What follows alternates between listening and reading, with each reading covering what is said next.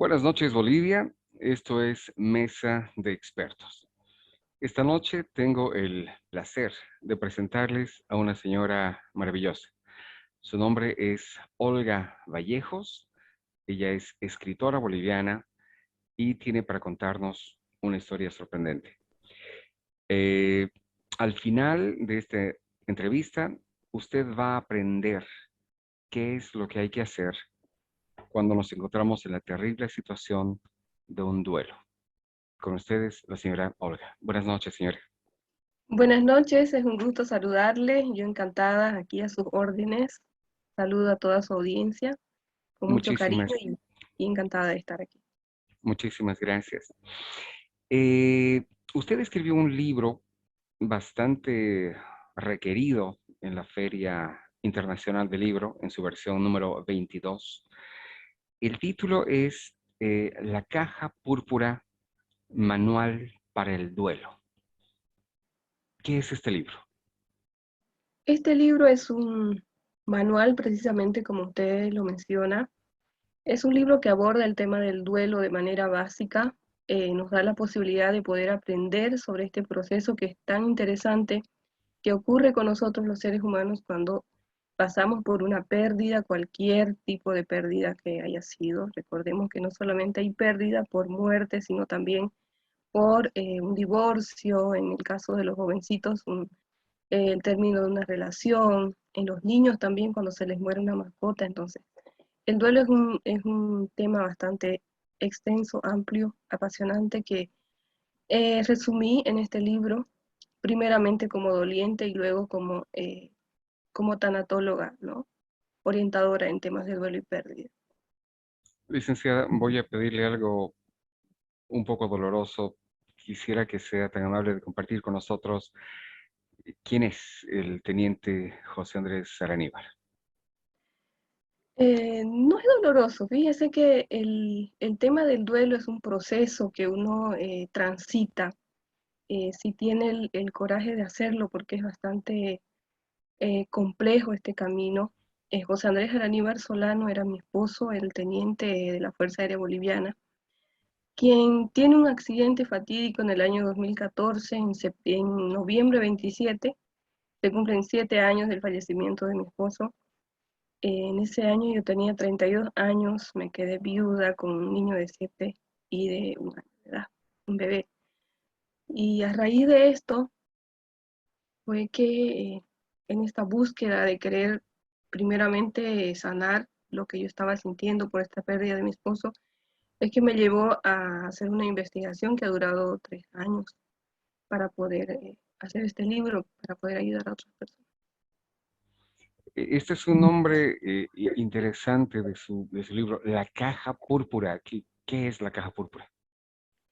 La caja púrpura porque en ese tiempo de pérdida, cuando fallece mi esposo, yo tenía una caja de ese color que era del colegio de mi hijo mayor, que justamente en Kinder, si usted recuerda, nos entregan una caja a finalizar el año con todos los materiales que los niños han aprendido en todo ese año, y justamente esa caja era púrpura.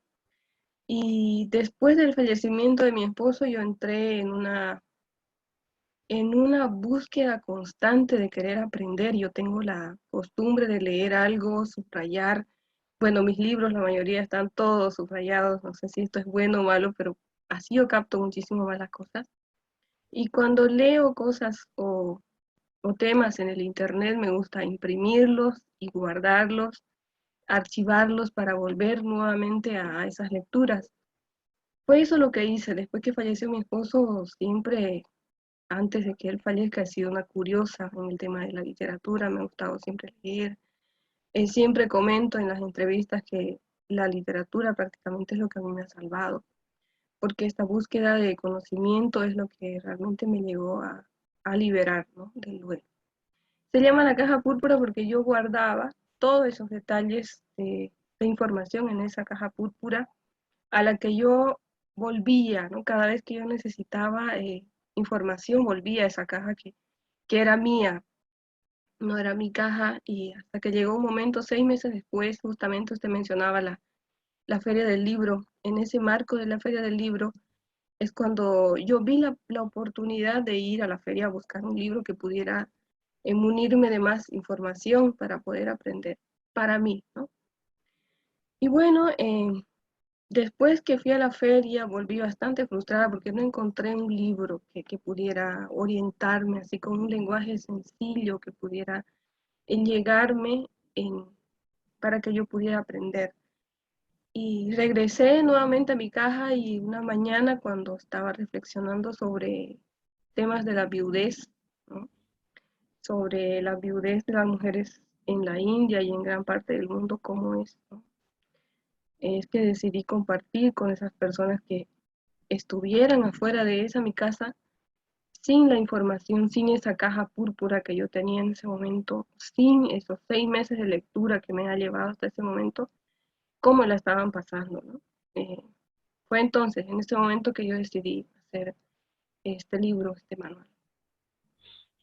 Increíble el nombre, por lo tanto, la caja púrpura es donde usted guardaba las impresiones, los recortes de todas estas líneas que usted había rescatado de libros que no sabía que iban a ser su investigación, para lo que más tarde sería su libro, ¿verdad? Exactamente, sí. Era muy pesado, recuerdo que era muy pesado cuando yo la primera vez me reuní con Alfredo Rodríguez, que es mi editor de este libro. Era muy pesado lo que yo llevé a la primera reunión y con él hemos trabajado 3 años en este libro. Ha sido un proceso bastante interesante porque terminábamos de escribir, bueno, terminábamos de hacer, tenía 14 capítulos el libro en un principio y se redujo a 9 porque yo quería un libro bastante sencillo que todas las personas pudieran entender, que un niño pudiera entender ese libro, que no estuviera tan, que no tuviera demasiados datos científicos, sino que recoja la experiencia de un ser humano que ha vivido eso, que ha ido por ese camino y que ha vuelto y que te puede contar cómo es ese camino, cómo tienes que transitarlo, cómo lo transitó esa persona, ¿no? Y Alfredo escogió, o él y yo escogimos lo más importante y es lo que él se llevó como unas 500, 700 hojas, algo así, que fue mucho menos que la mitad, que yo me hice volver a mi casa todavía, otra documentación. Eh, Tengo muchísimas preguntas a este respecto, pero antes quisiera preguntarle, ¿usted escribía antes? Eh, Antes, yo era una escritora aficionada, le cuento que siempre, desde niña, me ha gustado la lectura. Recuerdo que de niña pequeña yo leía recuerda que antes habían guías telefónicas que tenían más de 1000 páginas y recuerdo que teníamos una en mi casa y era de la telefonía de Sucre, porque yo soy de Monteagudo, de Chuquisaca, y en cada página habían frases célebres de grandes pensadores, de escritores. Yo era niña y me gustaba recortar y coleccionar eso, ¿no? Me leía todo eso, todo lo que yo encontraba en mi casa terminaba leyendo y me gustaba leer en voz alta, cosa que a veces molestaba a mis hermanos, ¿no? Pero me encantaba. Aparte de eso, tuve una mamá bastante creativa, porque nos contaba muchísimos cuentos y eso da lugar a muchísimo que se desarrolle nuestra imaginación. Ya cuando me casé, a los 22 años me casé con mi esposo, y antes que eso, cuando estábamos de novios, donde afloró mi escritura, creo que fue cuando yo enviaba cartas al colegio militar cuando él estudiaba ahí. En ese tiempo no teníamos WhatsApp, no teníamos Facebook, también él no tenía la posibilidad de tener un teléfono en este colegio, él era prohibido, entonces las llamadas también eran restringidas, entonces la comunicación siempre era por escrito. Y yo semanalmente enviaba una carta y hacía llegar hasta la garita del colegio militar para que alguien pudiera entregarle y creo que esas palabras que mi esposo me dijo cuando salió de subteniente, él las tenía todas las cartas, de hecho las tengo todas guardadas ahora, son más de 200 cartas que las conservo, que yo creo que en algún momento me va a servir para inspiración para hacer algo, algo con eso en el futuro. Y bueno, las conservo y las palabras de mi esposo me las guardé. Y hay palabras que nos marcan, ¿no? Y que nos ayudan a seguir. Él me dice, tú tienes que escribir un libro, tienes que hacerlo, sos muy buena en esto, hazlo. Él me animaba y estaba buscando la oportunidad y esta ha sido la oportunidad. Su esposo es quien la animaba a escribir. Sí, él me contaba que para leer mis cartas se escondía en el colegio militar hay un frontón de raqueta y me decía que en ese rincón era donde él se escondía para leer las cartas. Cuéntenos, ya entrando en el tema, ¿qué es el duelo? El duelo es la consecuencia de toda pérdida. Como decíamos a un principio, las pérdidas no solamente son por muerte. Cuando hablamos de duelo, a veces se nos viene inmediatamente el tema de la muerte, ¿no? Ha muerto alguien y estamos en duelo. De hecho, el transitar de nuestra vida desde que somos pequeños, nuestra vida misma es una, es una seguidilla de pérdidas, porque desde que somos pequeños nos desarrollamos para ser, desde que somos bebés pasamos a ser niños, ahí perdemos, vamos perdiendo cosas, ¿no? Perdemos mascotas en el camino, perdemos a los amiguitos que eran de nuestro barrio, nos cambiamos a otro barrio, a otro colegio, o nos cambiamos de ciudad con nuestros papás. Y ahí vamos, ¿no? Perdiendo pequeñas cosas desde que somos chicos. Y ya crecemos, nos enamoramos, empezamos a perder algún enamorado, algún amigo. Cuando nos casamos, este hecho del casamiento es algo positivo, es una alegría para nuestra familia, pero también esconde una pérdida muy grande porque la persona que se casa tiene que irse a otro lado. Y los papás tienen una alegría muy grande por el casamiento, pero su hija se va a ir o el hijo se va a ir de la casa y va a quedar un vacío ahí. Ahí también hay una pérdida. Esa es la pérdida, es la consecuencia de cualquier ese es el duelo, la consecuencia de cualquier tipo de pérdida que hayamos tenido. En su caso en particular, no sé cómo preguntarle esto, pero ¿siente usted que ha llegado a un punto en el que ha logrado aceptar la partida de su esposo? Perfectamente, yo tengo un duelo bastante trabajado, por eso hace rato le decía que no es una tristeza para mí hablar de mi esposo, sino es una alegría recordarlo, ¿no? Llegar a ese punto, tener esa capacidad de conversar con alguien como lo estoy haciendo con usted, con total naturalidad y con alegría y con una sonrisa, tiene que ver con un duelo que ha sido trabajado, que ha sido transitado, que ha sido aceptado, porque no nos resignamos, no nos resignamos por las pérdidas, sino que aceptamos que esa persona ya no está a nuestro lado y recogemos lo más maravilloso que hemos tenido. En este caso yo tuve 10 años de matrimonio, dos hijos hermosos que ahora tienen 15 y 8 años, que es lo más hermoso que mi esposo me ha podido dar. Me ha regalado 10 años de su vida. De hecho, los últimos 10 años que él ha vivido me lo ha regalado a mí y por eso estoy muy agradecida. Yo he visto su página de internet y usted tiene muchas personas realmente agradecidas con su libro. Quería que nos comente un poco, cuando la gente se acerca a usted, ¿cuáles usted ve que son los errores que normalmente la gente comete? ¿Qué es lo que hace que usted no aconsejaría como algo saludable? Eh, las personas se acercan muchísimo a mí, primeramente por mi página, y yo estoy más que pagada con este libro. Yo creo que no he medido la magnitud que podría significar. Al principio ha sido un ensayo, yo le cuento. Este libro ha sido como un homenaje al fallecimiento de mi esposo. Esa ha sido la intención, de darle un homenaje a él por esa pérdida que fue lo que yo he aprendido. Este ha sido, imprimimos 500 unidades de un libro que tenía 100 páginas, era de blanco y negro, no tenía un ISBN, no tenía código de barras, no tenía nada, ¿no? Y ha sido muy bien aceptado. Yo no tenía mucha fe porque hablar de la muerte es bastante complicado, no es muy fácil entrarle a una persona, vamos a hablar de este tema osco, ¿no? Difícil. ¿Quién te va a querer escuchar sobre esto? muy complicado llegarle. Llevo 5 años hablando sobre la muerte y recién ahora las personas me están escuchando y eso es una alegría muy grande para mí. Le voy a repetir la pregunta. ¿Cuáles diría usted que son los errores que normalmente la gente comete cuando está en duelo? ¿Qué es lo que usted recomendaría que la gente no haga? Siempre les digo que hacemos la lucha incorrecta, ¿no? Hay jovencitos que se acercan a mí o niños que se han acercado de 14 años, yo digo niños de 15, a decirme, es que no la puedo olvidar a esa persona, no puedo olvidarla.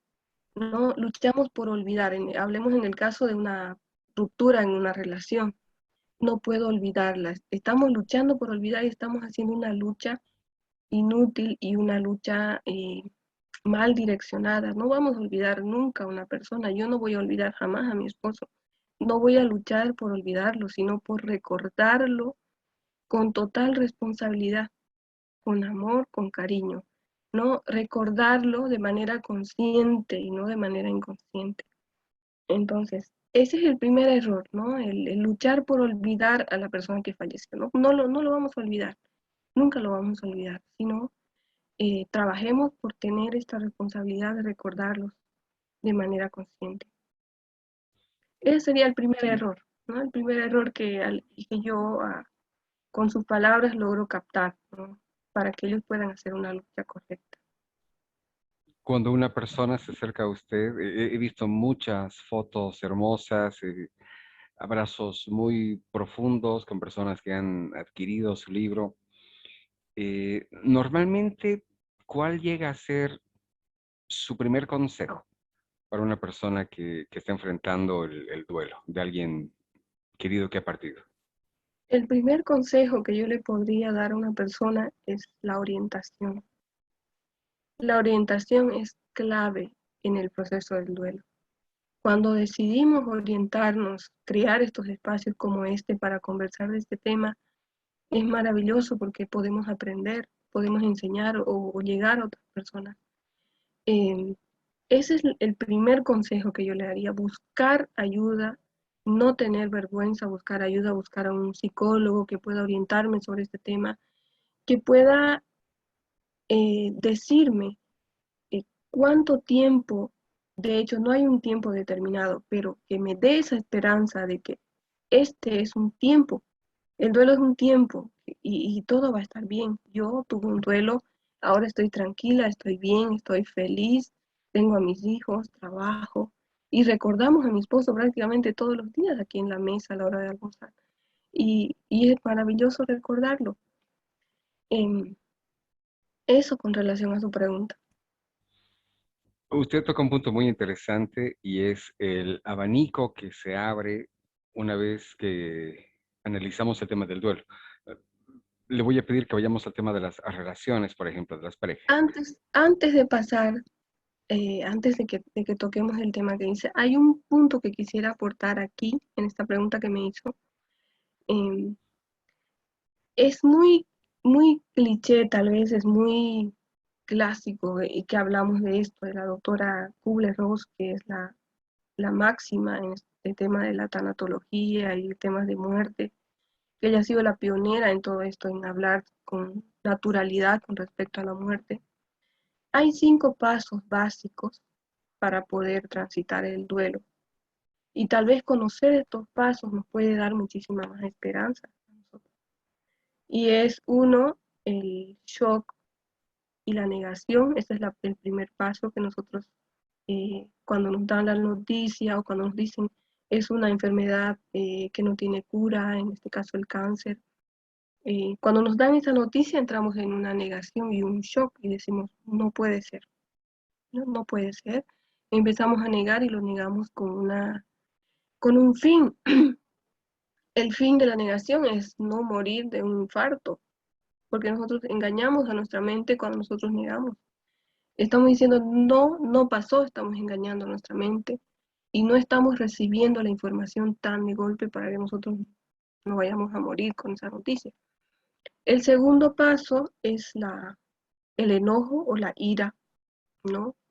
Nos enojamos con las personas que estuvieron cerca, en este caso, cuando falleció la persona, y no sabemos si hicieron mucho o hicieron poco para que la persona se pudiera salvar, o si nos atropelló alguna movilidad, renegamos contra esa persona que atropelló a ese ser humano que falleció.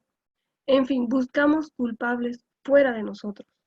Buscamos poner la responsabilidad en el médico, en el asaltante, en mi caso en el avión que mi esposo estaba volando en ese momento, en el técnico, en la fuerza aérea, en todo. O sea, buscamos poner la responsabilidad fuera de nosotros. Y en mi libro el primer capítulo se llama Cambio de mando y habla de la responsabilidad que nosotros tenemos que tener respecto al duelo. Si nosotros nos responsabilizamos de lo que nos está pasando y no ponemos la responsabilidad en otras personas, nos volvemos protagonistas de lo que nos está ocurriendo, ¿no? Eso sería que marca la diferencia en este punto. El tercer paso del duelo es la negociación. Ahí empezamos a querer aceptar, ¿no? Falleció mi esposo, pero que no fallezca nadie más, ¿no? En mi familia. Empiezo a hacer una especie de trato con la vida o con lo que sea. Y lo que no va a resultar, porque finalmente sabemos que todos tenemos este fin. Vamos a fallecer algún día, ¿no? Al ver esto que no ha resultado, este negocio, me deprimo y caigo en una depresión y este es el punto más álgido del duelo, ¿no? Hay muchas personas que se quedan aquí 10 años, 20 años, a veces toda la vida, no logran salir. Y el quinto paso es la aceptación, que hace rato decía que no nos resignamos, sino que aceptamos. La aceptación es el último paso del duelo. Estos 5 pasos son muy importantes. ¿Y estos 5 pasos se repiten en la ruptura de pareja? Para todo, esto es básico para todo tipo de duelo, incluso para los duelos eh, anteriores a la muerte. Sucede que nosotros pasamos por duelos previos, cuando, por ejemplo, las personas están enfermas de cáncer y hay un proceso largo de 2, de 3 años de tratamientos, de morfinas y demás con nuestra familia, es un camino muy doloroso y ya hemos vivido un duelo previo. Todo ese tiempo ya hemos transitado esos 5 pasos. Y sucede que un día fallece y no voy a sentir ese shock y ese dolor tan de golpe como cuando una persona fallece en un accidente de un momento para otro.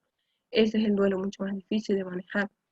Y ya estuve transitando previamente, ya prácticamente acepté que la persona que está sufriendo va a fallecer y puedo aceptar con mucha más paz y mucha más calma.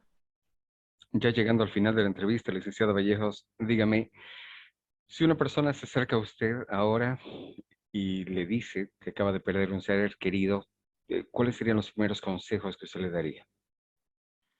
Eh, Fíjese que es muy complicado ayudar a una persona que recién ha perdido, por ejemplo, si ha fallecido ayer su familiar y hoy está buscando ayuda, eh, yo le diría que tenga calma, que todo el dolor que va a sentir, que va a llorar, que va a sufrir es totalmente normal, le va a llevar 1 mes, 2 meses, 3 meses, no sabemos cuánto tiempo, de, depende de nuestra formación, nuestro conocimiento y acerca del duelo, ¿no? Aceptarlo.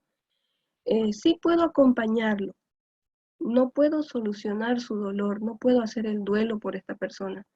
Tengo que estar atenta en el caso de que tuviera que acompañar en su duelo a esta persona, estar cerca y escuchar y recordemos que hay personas que cuando pierden a alguien hasta es peligroso que se quitan la vida o ven un futuro incierto y no se sienten capaces de sostenerse y terminan quitándose la vida. Lo que podemos hacer en este caso, no le vamos a solucionar el dolor, no conozco ninguna pérdida que no haya dolido. De hecho, es totalmente normal, sería anormal que nosotros no lloremos por la pérdida de nuestro esposo, nuestro hijo, nuestro hermano. Es totalmente normal, esa reacción es normal. Y según vaya pasando el tiempo, va a ir bajando en su intensidad. Recordemos que es como un pico que sube, como esto del COVID, sube a su pico máximo, que sería hasta la negociación, sube en su pico máximo hasta la depresión. De ahí vamos bajando hasta que finalmente aceptamos, ¿no? Es un proceso. Lo que puedo hacer es acompañarle, estar cerca, vigilante, estar dándole agua, no va a querer comer, no va a querer hablar. Hay muchos que hablan demasiado, otros que no hablan, que no comen, todos reaccionamos diferentes. Lo que podemos hacer es estar cerca, ¿no? Entregar nuestro tiempo y decir, estoy aquí para lo que necesites. ¿Quieres esto? Estoy aquí. ¿Quieres ir aquí? ¿No quieres eso? Ese sería, ¿no? El acompañamiento, estar cerca. En su investigación, ¿diría usted que hay algún país que esté más preparado o que forma a su gente en una aceptación más balanceada de la muerte? ¿O usted diría que es algo que no se hace? Somos totalmente diferentes. Fíjese que los latinos, especialmente los mexicanos y los bolivianos, tenemos culturas bastante parecidas con relación a la muerte. De hecho, en México se venera el Día de la Muerte y tienen una manera muy hermosa de aceptación, porque el Día de Muertos es como una fiesta para ellos, ¿no? Están celebrando. Qué hermoso, fíjese lo bello que es aquí, lo ideal que nosotros los seres humanos, con esa alegría que hemos recibido a ese niño que ha nacido y con esa misma alegría seamos capaces de poder despedirlo, de poder recordarlo, ¿no? Con esa alegría. Somos muy efusivos los bolivianos y los latinoamericanos. Somos más de familia, nos gusta abrazar, nos gusta ese contacto físico nosotros los, los latinos. De hecho, por eso sufrimos mucho más por las pérdidas, porque tenemos esta cualidad, ¿no? de abrazar, de estar cerca. Los americanos, los europeos, los asiáticos tienen totalmente otra cultura muy diferente y otra comprensión sobre la muerte y la pérdida, ¿no? La cultura china, en fin, somos muy diferentes. Ellos tienen de hecho tienen otro tipo de educación que ustedes saben mucho más que yo respecto a la educación que ellos reciben. Para terminar, yo he visto también en su página que usted está preparando algo muy grande. Sé que ha tenido mucho requerimiento de muchas personas que desean conocer más cómo usted ha llevado este duelo exitoso, podríamos decirlo. Y obviamente varias personas sienten que usted es la indicada para apoyarlos y ayudarlos y aconsejarlos. Cuéntenos un poquito de este nuevo proyecto que es un poco más grande, que puede ayudar a todos los bolivianos. Sí, tengo planes de hacer un curso online que pueda ayudar a muchísimas personas. El hecho es llegar, ¿no? A muchos, y esto es una plataforma bastante interesante que voy a estar trabajando para el próximo año. Ya tengo la estructura hecha y tiene que ver con las preguntas más frecuentes que me hacen en la página, los lectores que se acercan a mí con historias que han llegado hasta mi página, tiene que ver con eso. Es un curso y la otra sorpresa para el año sería un libro que está destinado para los niños, para que ellos puedan manejar sus duelos. Cuéntenos un poquito de ese libro. Este tema del duelo hay dos puntos bastante delicados que no se toman en cuenta, uno son los niños, fíjese, en un contexto de pérdida, ¿no? Son prácticamente invisibles y esos dos puntos, esos extremos, uno son los niños y otros son las personas adultas mayores, ¿no? No los tomamos en cuenta.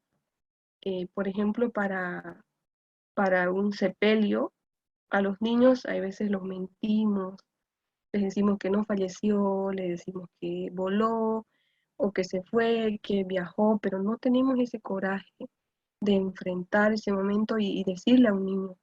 El libro va a tener que ver cómo hacer ese momento, ¿no? De qué manera contarle, cómo decirle al niño, con qué palabras, porque los niños de 0 a 4 años tienen una comprensión bastante diferente del duelo. Ellos no, si es correcto lo que nosotros decimos, ellos no entienden. Sí, puede que los niños no entiendan, pero ellos sienten, no tienen una capacidad de sentir el ambiente, la energía que se está viviendo en la casa. Y también viven un duelo desde los bebés hasta los 4 años. Licenciada Vallejos, Qué hermosa historia de amor que se traduce en un libro que probablemente pueda ayudar a miles de personas. Muchísimas gracias por su tiempo. Gracias a usted, muchísimas gracias a su audiencia. Yo encantada siempre cuando existe un espacio para poder visibilizar estos temas que son tan importantes. Yo muy agradecida. Muchas gracias. Esto fue Gracias. Mesa de Expertos.